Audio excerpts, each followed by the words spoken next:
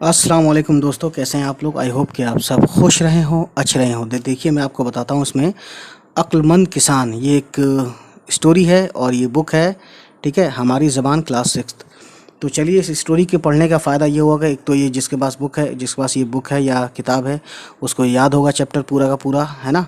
और दूसरा ये कि जिसके पास ये बुक नहीं है लेकिन जिसको प्रैक्टिस करनी है उर्दू की रीडिंग की, तो उसके लिए ये ज़्यादा फ़ायदेमंद होगा, ठीक है। थोड़ा सा करीब करते हैं हम कैमरे को, यू नो दैट मोबाइल का कैमरा है हमारा, हम गरीब आदमी हैं, ठीक है।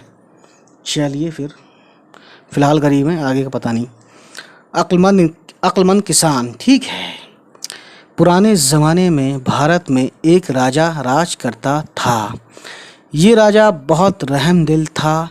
उसके राज में सब खुश थे। राजा अपनी प्रजा की हालत देखने के लिए कभी कभी महल से बाहर निकला करता। सब लोग राजा की इज्जत करते थे, ठीक है।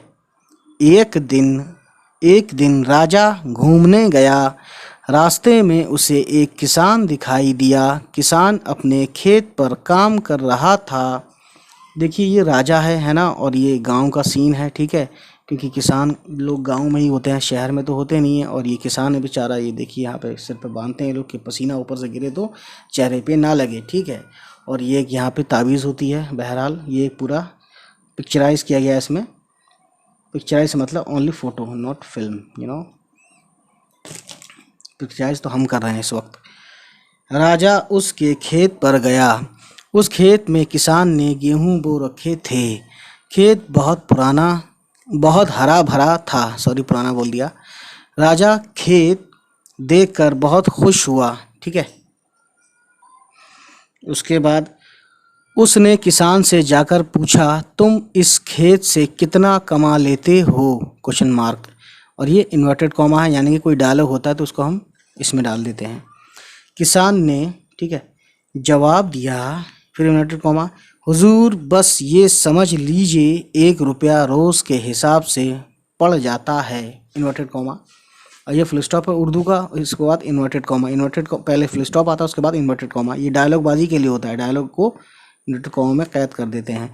फिर ये इन्वर्टेड कॉमा, अच्छा 1 रुपया रोज़, तो फिर तुम इस 1 रुपया का क्या करते हो, सवाल निशान। राजा ने पूछा। जी, इस 1 रुपये में 4 आने तो रोज़ खा लेता हूँ, 4 आने का कर्ज उतारता हूँ, और 4 आने। गाइस, गरीब आदमी बहुत ही मुश्किल से ज़िंदगी बसर करता है, ठीक है। ये बुक का नाम अपनी ज़बान है, आप देख सकते हैं, क्लास 6 की। कर्ज देता हूँ, अब बाकी बचे 4 आने तो उन्हें कुएं में फेंक देता हूँ। राजा किसान की बात सुनकर हैरान हुआ। उसे पूछा, मैं तुम्हारी बात का मतलब नहीं समझा, मुझे इसका मतलब बताओ। किसान ने हाथ जोड़कर कहा, हुजूर इसका मतलब ये है कि 4 आने जो खाता हूँ वो तो मेरे ऊपर और मेरी बीवी पर खर्च होते हैं। 4 आने का जो मैं कर्ज उतारता हूँ उसका मतलब है कि 4 आने मैं अपने माँ और बाप पर खर्च करता हूँ। उन्होंने मुझे पालने पोसने पर जो खर्च किया था वो मुझ पर कर्ज है, ठीक है, ये बात सच है। 4 आने जो कर्ज देता हूँ वो मैं अपने बच्चों पर खर्च करता हूँ, ताकि जब बूढ़ा हो जाऊँ तो वो मेरी खिदमत कर सकें। 4 आने जो कुएं में फेंकता हूँ तो इसका मतलब है कि मैं इतना खैरात करता हूँ, यानी कि कुएं में फेंकने का मतलब खैरात कर रहा है वो। राजा ये जवाब सुनकर बहुत खुश हुआ, ठीक है। उसने किसान को इनाम दिया और कहा, देखो जब तक तुम मेरा मुंह 100 बार ना देख लो इस बात को किसी को ना बताना। किसान ने वादा कर लिया। राजा अपने महल वापस चला आया। तो देखिए, ये महल में राजा बैठे हैं और इस तरीके से ये गद्दी होती है, और राजा बहुत अच्छा कपड़ा पहनता है, सोने के होते हैं, एक कान में भी होता है, ठीक है। गरीब आदमी के इतना नहीं होता है, छोटी सी मामूली सी पगड़ी होती है, और इसकी कुर्सी बहुत बड़ी होती है, देख रहे हैं, गोल गोल। बहरहाल दोस्तों, आप समझ सकते हैं दुनिया की कहानी। आप मुझसे ज़्यादा देखते होंगे फिल्में, ठीक है। अगले दिन उसने ये बात दरबारियों को बताई और उसने सबसे इसका मतलब पूछा, मगर कोई भी इसका मतलब ना बता सका। वज़ीर बहुत होशियार था। उसने राजा से कहा, सरकार, कल मैं इसका मतलब आपको बता दूंगा। वज़ीर उसी दिन उस किसान के पास गया और उससे इस बात का मतलब पूछा। किसान ने कहा, राजा ने मुझे मना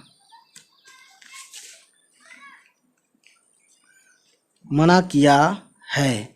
मैं जब तक 100 बार उसका मुंह ना देख लूं, तुम्हें उसका मतलब नहीं बता सकता। वज़ीर ने कहा, कोई तरकीब बताओ। मैं राजा से वादा कर चुका हूँ कि कल उसे इसका मतलब ज़रूर बताऊँगा। किसान कुछ देर तक तो सोचता रहा और फिर उसने कहा, एक तरकीब है, तुम मुझे 100 अशर्फियाँ दो, मैं तुम्हें ये बात बता दूँगा। वज़ीर उसके लिए तैयार हो गया। उसने किसान को उसी वक्त 100 अशर्फियाँ दे दीं। किसान बहुत खुश हुआ और उसने वज़ीर को सब कुछ बता दिया। अगले दिन दरबार में राजा ने वज़ीर से किसान की बात का मतलब पूछा तो देखिए वज़ीर जो है ये बहुत सारी गठरी बना के दे रहा है। ये गरीब आदमी है, देखिए इसके हाथ पे भी लगा हुआ है और इसके कपड़े भी ऐसी हैं। और देखिए वज़ीर जो है कितना अच्छा, देखिए बेहतरीन ताज पहना हुआ है। हाँ, समझ सकते हैं आप। अब देखिए इसके आगे,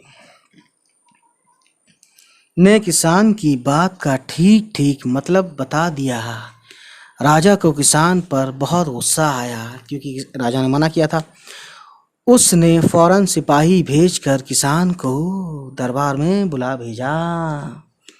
किसान दरबार में आया तो राजा ने कहा, तुमने हमसे वादा किया था कि किसी को अपनी बात का मतलब नहीं बताओगे, लेकिन तुमने वज़ीर को सब कुछ बता दिया। तुमने वादा खिलाफ़ी क्यों की? किसान ने कहा, सरकार, आपसे वादा किया था कि जब तक मैं आपका मुंह 100 मर्तबा ना देख लूं, इस राज को किसी से ना बताऊं।